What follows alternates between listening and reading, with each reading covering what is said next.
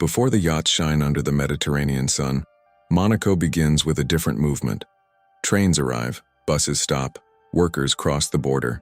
They enter one of the richest countries on earth to clean its hotels, cook its food, build its apartments, drive its services, open its shops, prepare its restaurants, and maintain the perfect image the world sees from the outside.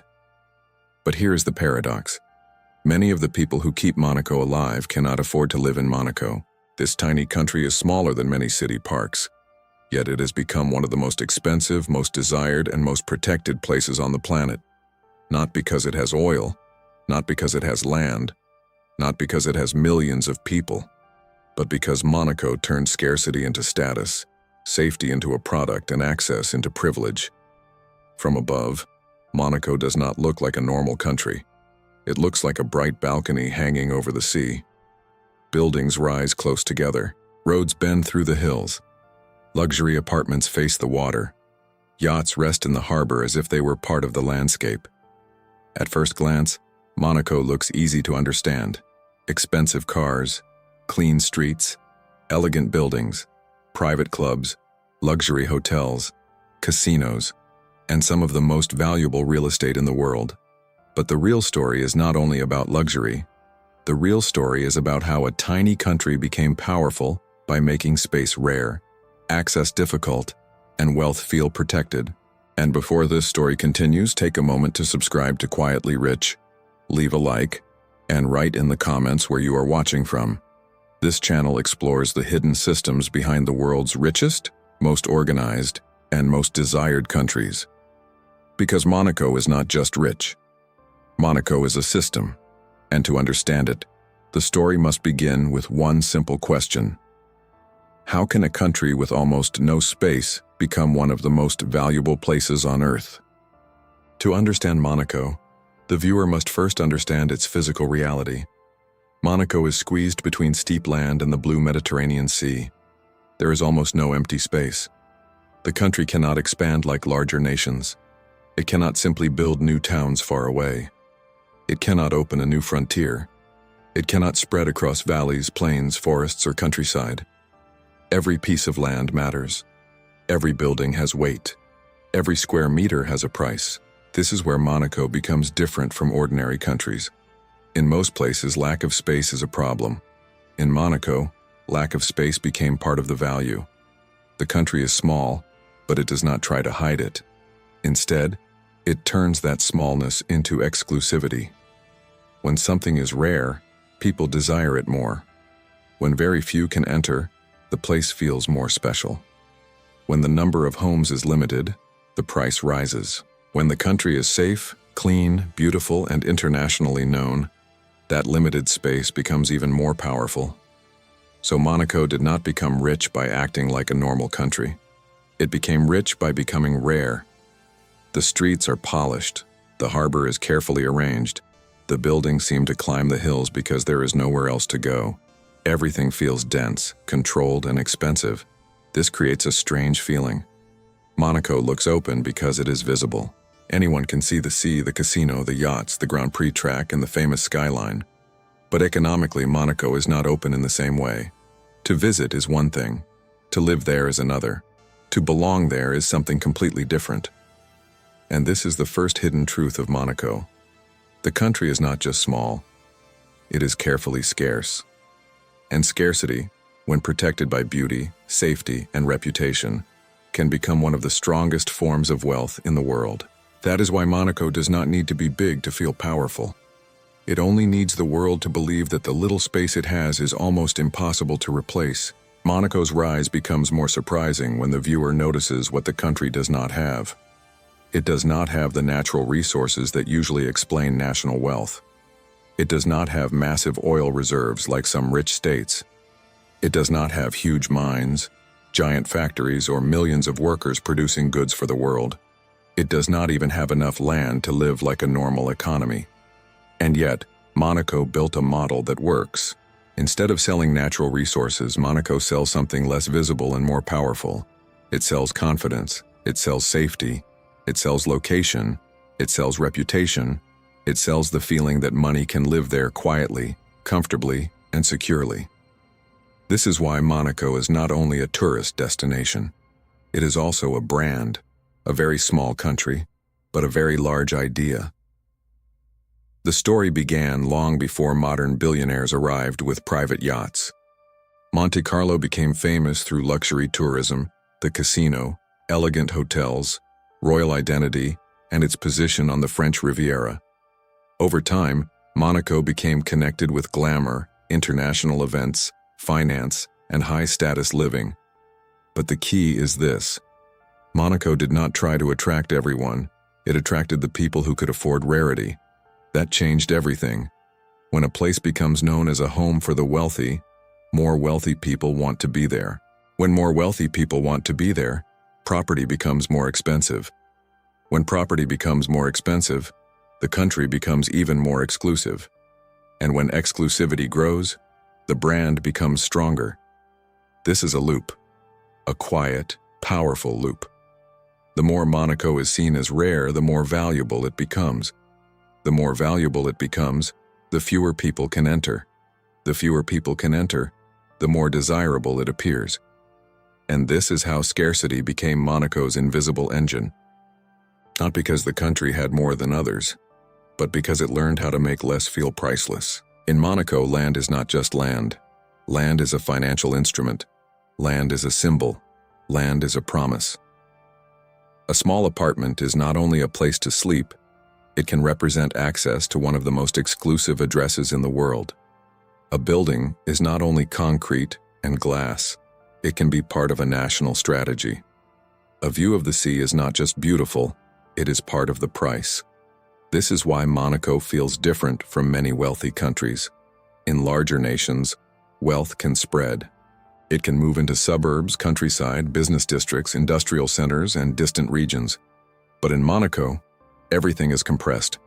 The banks, the hotels, the restaurants, the luxury stores, the apartments, the harbor, the government buildings, and the tourist attractions all exist inside a space that feels almost too small for the amount of money moving through it.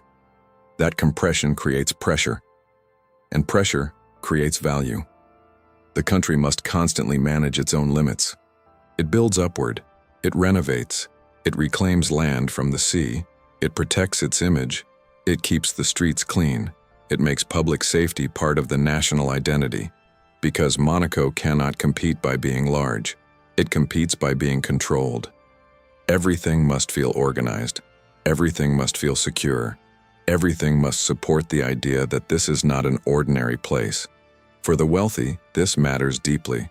A person with money can buy many things in many countries, but Monaco offers something more specific. A small, stable, international environment where wealth is normal, privacy is valued, and status does not need to be shouted. This is why Monaco's wealth feels quiet, even when the cars are loud and the yachts are enormous.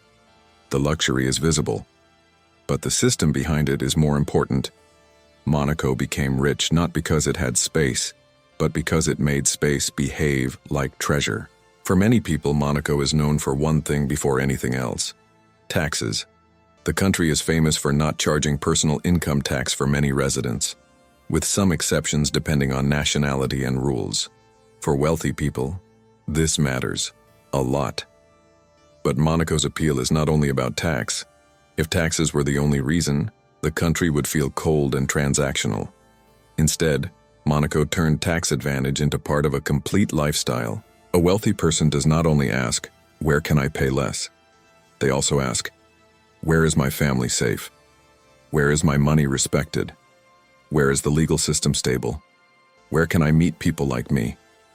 Where can I live comfortably without feeling exposed?" Where does wealth feel normal?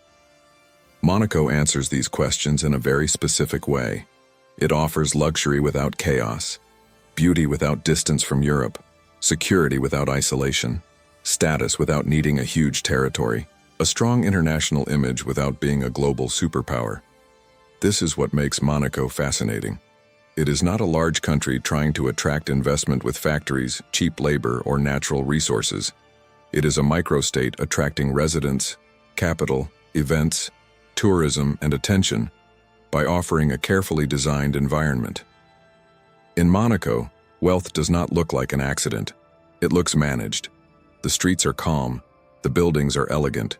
The police presence is visible. The harbor is iconic. The casino is historic. The Grand Prix turns ordinary roads into one of the most famous racing circuits in the world. Everything adds to the same message. This place is rare. This place is safe. This place is expensive because it is meant to be expensive. And that is where the story becomes more complicated. Because when a country becomes perfect for millionaires, it can become impossible for everyone else. At some point, Monaco stops feeling like only a country. It starts feeling like a luxury product with borders. This does not mean it is fake. Monaco is real. It has history, government, residents, services, schools, streets, traditions, and daily life. People are born there, grow up there, work there, and build memories there. But economically, Monaco also works like a high-end brand. A luxury brand does not try to be affordable. It does not try to serve everyone. It protects its image, controls its scarcity, and increases desire by remaining difficult to access. Monaco does something similar. The country's small size, elegant image, low tax reputation, and secure environment create a powerful identity. People do not only want to live in Monaco because of what it offers. They want to live there because of what it represents. It represents arrival. It represents success. It represents being inside a world that most people only see in videos, magazines, or from the outside. But every luxury system creates a shadow. If the country is too expensive for ordinary residents, where do the workers live?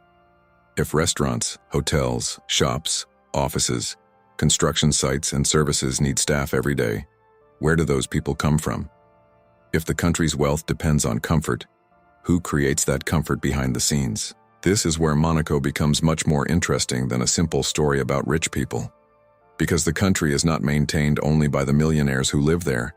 It is maintained by thousands of people who cross into Monaco, work inside its luxury, and then leave. They clean the hotels. They serve the food. They build the apartments. They repair the roads. They drive the buses. They work in offices, stores, kitchens, clinics, and construction sites. They keep Monaco alive, but many of them cannot afford to live inside the country they help operate.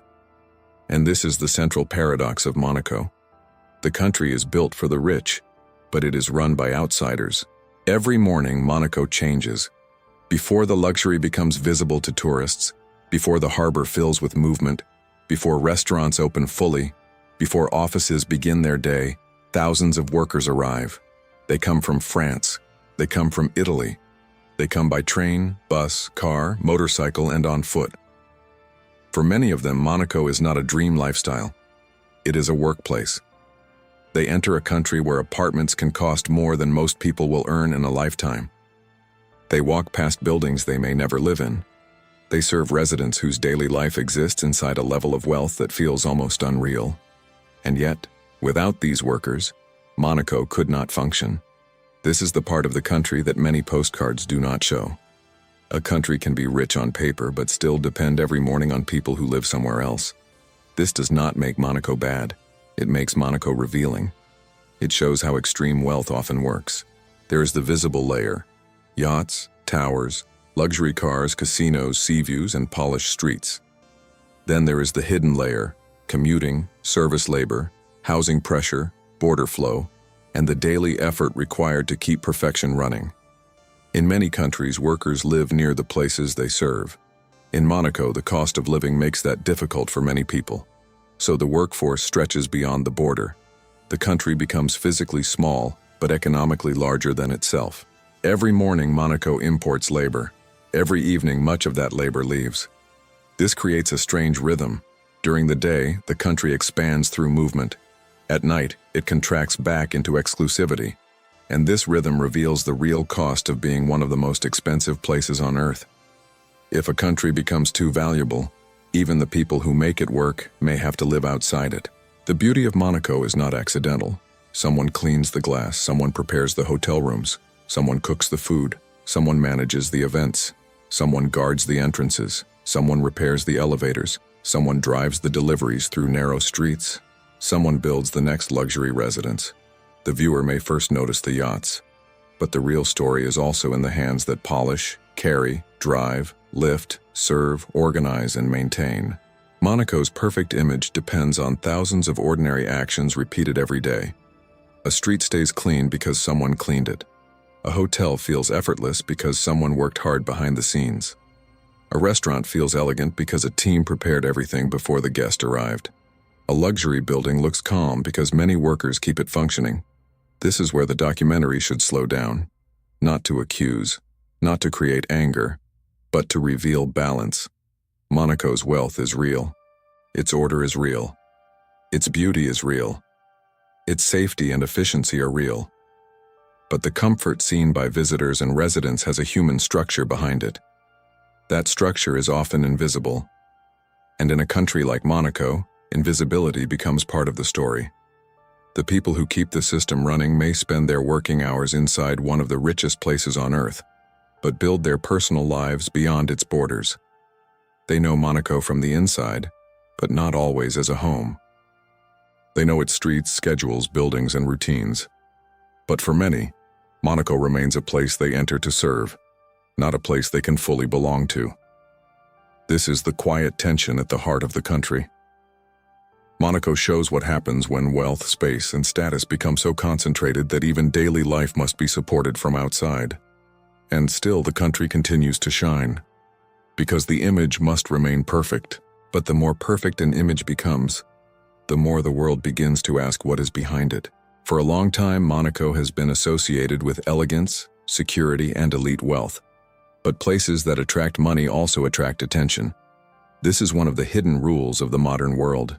When a country becomes a home for major wealth, international organizations, governments, banks, and regulators begin to look more closely.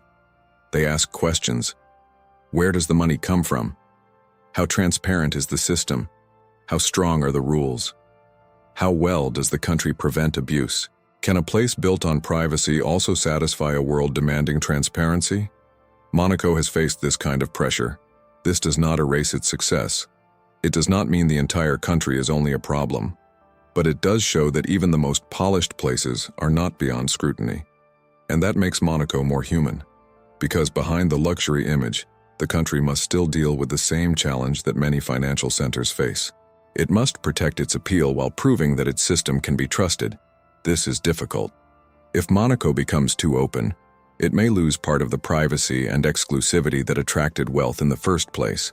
But if it becomes too closed, it risks international criticism and pressure.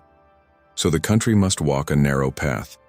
It must remain attractive to the rich. It must remain respected by the world. It must remain small, safe, beautiful, and rare. And it must keep proving that its success is not just shiny on the surface. This is where Monaco's story becomes bigger than Monaco. Because many wealthy countries face the same question in different ways. How do you attract money without being controlled by it? How do you protect privacy without hiding too much? How do you build a paradise without turning it into a place only a few can touch? Monaco does not answer these questions easily, but it forces the world to look at them. In the end, Monaco's secret is not just yachts. It is not just the casino. It is not just the Grand Prix. It is not only taxes, luxury apartments, or famous residents. The real secret is that Monaco turned almost every limitation into value. It had little land, so land became rare. It had little space, so space became status. It had no major natural resources, so it built a reputation. It could not become large, so it became exclusive. It could not welcome everyone, so access became part of the price. This is why Monaco feels almost unreal. It is a country, but also a symbol. A place where wealth is not spread across endless territory, but compressed into a small strip of land between the sea and the hills. A place where luxury is visible, but the system behind it is quieter. A place where some people come to live protected by wealth, while others arrive every morning to keep that wealth comfortable. This is the full picture. Monaco is beautiful, organized, safe, rich, and desired. But it is also selective, pressured, expensive, and deeply dependent on people who may never be able to call it home. And that is what makes it one of the most fascinating places on Earth. not because it is perfect, but because it reveals something powerful about modern wealth. The richest places are not always the biggest. They are not always the loudest. They are not always built on oil, factories, or armies. Sometimes they are built on scarcity, trust, image, and access. Monaco became rich by making the world believe that a tiny piece of land could be worth almost everything. And perhaps that is the most surprising lesson. Monaco does not simply show what wealth looks like. It shows what happens when wealth runs out of space.